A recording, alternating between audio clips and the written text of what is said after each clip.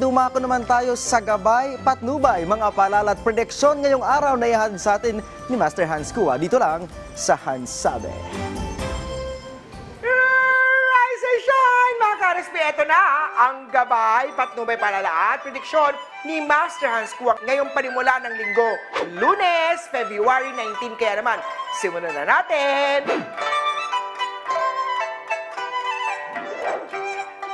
Sa mga pinanganak ng Year of the Rat, maaaring lumaki ang problema kung hindi mo agad aaksyonan yan.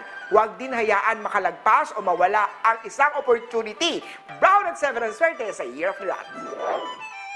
Sa Year of the Ox naman tayo, ikaw ang pinakamaswerte ngayong araw, posible siya ay makipag-ayos na ngayon. Sabay-sabay nakakain sa pagkainan ang buong pamilya. Red at 13 ang swerte kay Year of the Ox. Sa Tiger naman tayo, magandang gantimpala ang matatanggap ng mga nagawa ng kabutihan. Kung masama nito, ito rin ang aanihin. What you reap is what you sow. Ika nga, Yellow at 19 ang swerte kay Year of the Tiger. Sa Year of the Rabbit naman tayo, gawin sa umaga kung may lalakarin para ikaw ay magtagumpay. Huwag din magpahiram ng kahit ano at pwedeng hindi na ito maisauli sa'yo. Blue at 3 ang swerte kay Year of the Rabbit. Huwag maniwala sa taong ilang beses ka nang niloko sa mga pinanganak ng Year of the Dragon. Maging matalino sa pagdesisyon sa buhay. Silver at 20 ang swerte kay Year of the Dragon. Sa mga snake naman tayo, kung positibo ang pag-iisip, hindi magkakamali sa mga gawain. Lalo na may kaugnayan sa malaking desisyon. Pink at 6 ang swerte kay Year of the Snake.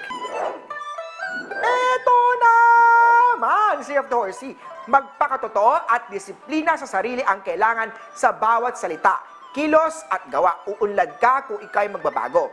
Gold at 14 ang swerte kay Year of the Horsey.